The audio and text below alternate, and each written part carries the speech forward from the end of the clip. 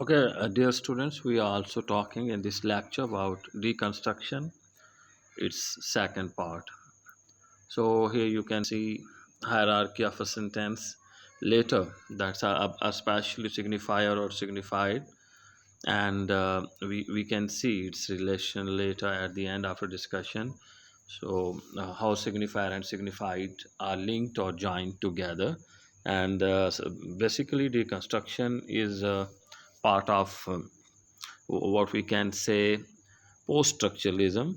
It's post-structuralist theory and it negates structuralism, and this sentence is based on structuralist thought, so that's why it's given there.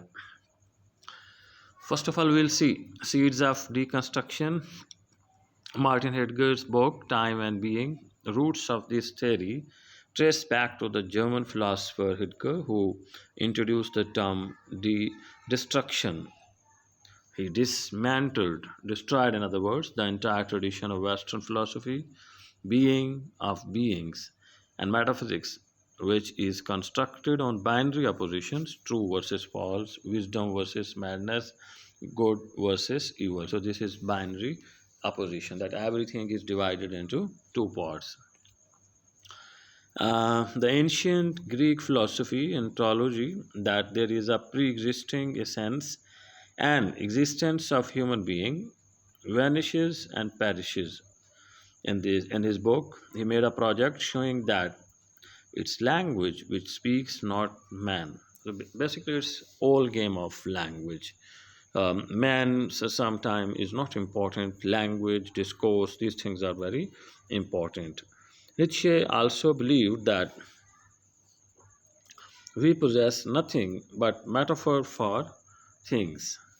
So this is what how human beings own language, and how language dominates human beings. So we have to see that how seeds of destructions were sowed there. Derrida, the French Algerian philosopher, came with a new theory which struck worlds of both philosophy and critical criticism. He is also called the leading figure in the transformation of literary and cultural studies that swept through the English speaking realm. To deconstruct.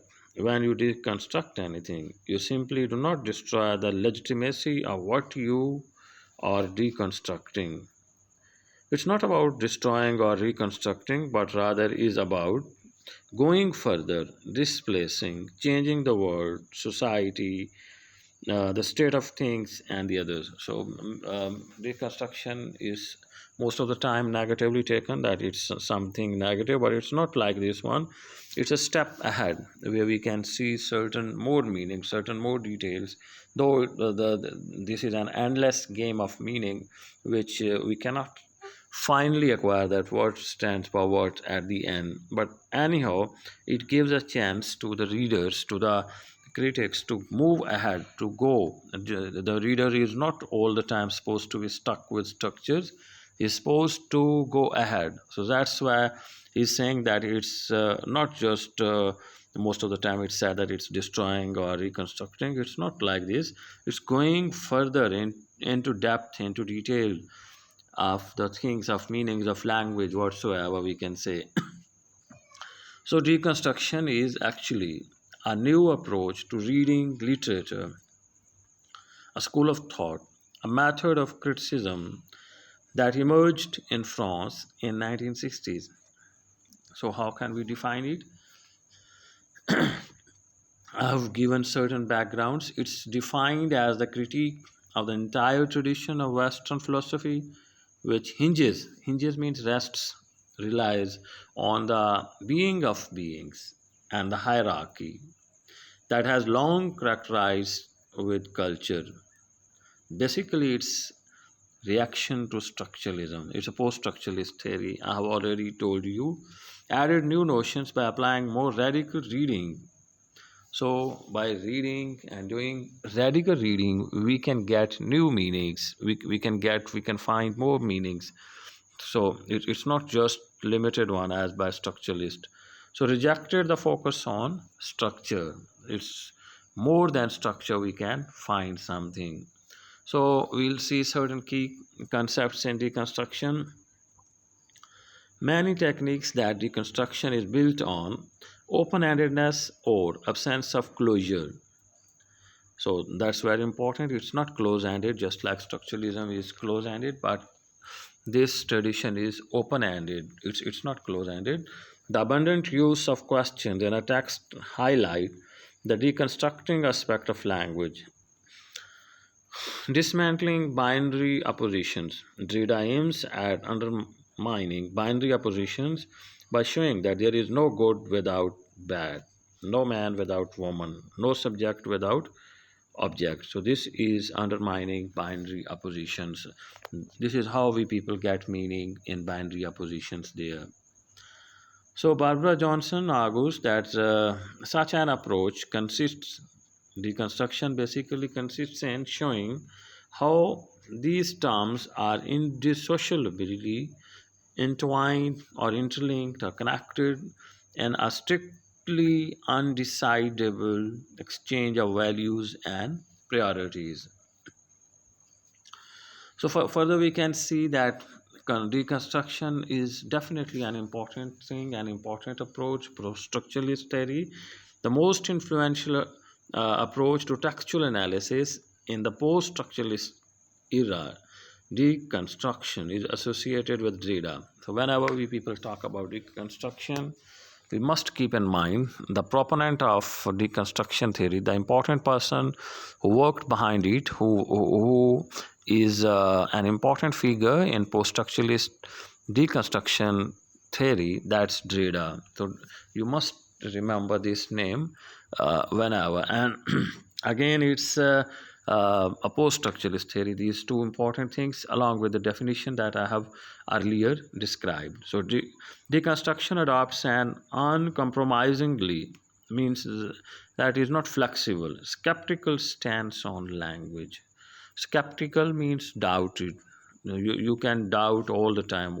It can be, that can be, this can be. Oh no, this not, that is also possible. So there is a long range and list of probabilities and possibilities so far as the signifier is concerned, so far as the signified is concerned, that what can be the meaning of this particular word, how can we get more and more meaning out of it. So we have a radical questioning of the sign or the system of sign known as language.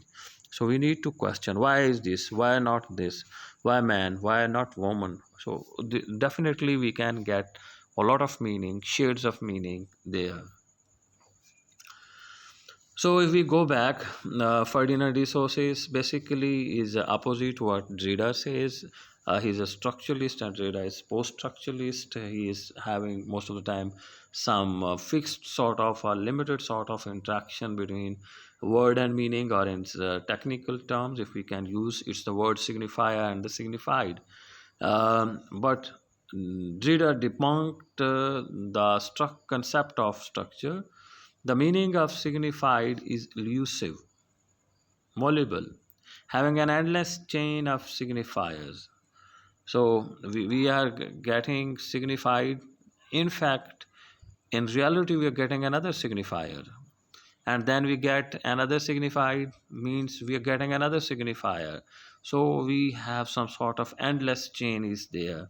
So that's very interesting thing, that meaning is nowhere for in response to one signifier, another signifier is there, another signifier is there. So this list is long.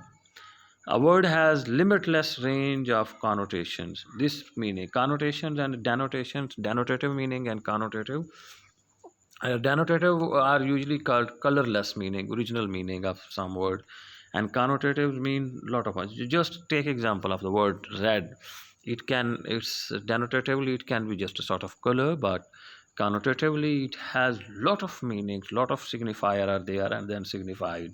So this limitless range basically to find out, to trace out that words and its meaning and different contexts and places and words, that is how deconstruction works. So there is no stable or fixed meaning. So Dreyfus and Rabinov state that the more one interprets, the more one finds. not the fixed meaning of a text, but other interpretations. Intertextuality. In fact, another important part we can see, and deconstruction is basically intertextuality, and we have to see that for what does this particular word, and this is basically important sign and an important thing in deconstruction here. So it's basically the reference to the application to or application of a literary, media, or social text within another literary or social text. So this is what we can say it intertextuality in one text than another text, just like you can see Harry Potter is there, and in if you in literature we can see another in Harry Potter Aleph Lala, same sort of scenes and imagination is there. So this is intertextuality that's running over there one. So sometimes it's media, sometimes social, and sometimes other one. When a book refers to a second book by title, scene, character, or storyline, we can see, and 40 Rules of Love, intertextuality you can find there. So Julia Kristeva coined the term intertextuality for her. The notion of intertextuality replaces intersubjectivity. Each text is made up of a mosaic of the text. Means just like in a building we can find a lot of shades from one side and other, so that collected, reflected in one building, so that is possible in intertextuality. It's rather hypertextuality that hovers around each text. Linda Hutchins thinks it's a multi-level and complex literary term that creates an interrelation between texts.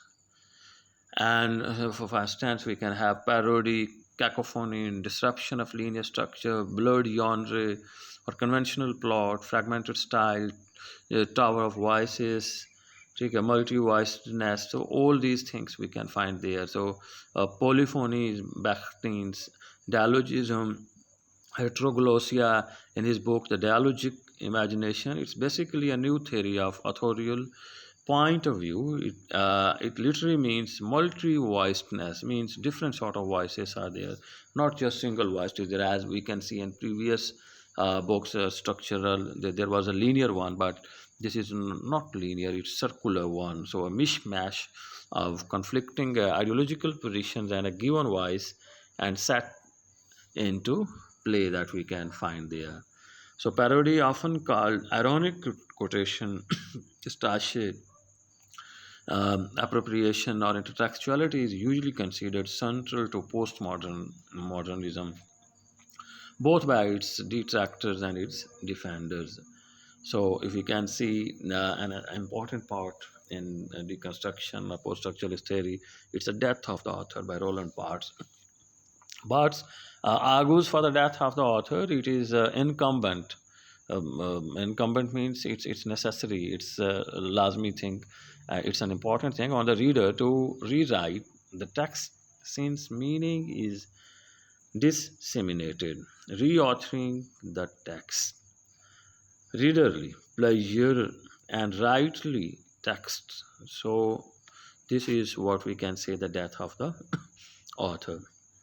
Derrida reiterates the same concept to show the symbolic death of the author and the rebirth of the reader. So that is basically what we can say the gist of these slides. So this is a sort of bibliography, the books which have been uh, consulted for this one. You can see them. So thank you.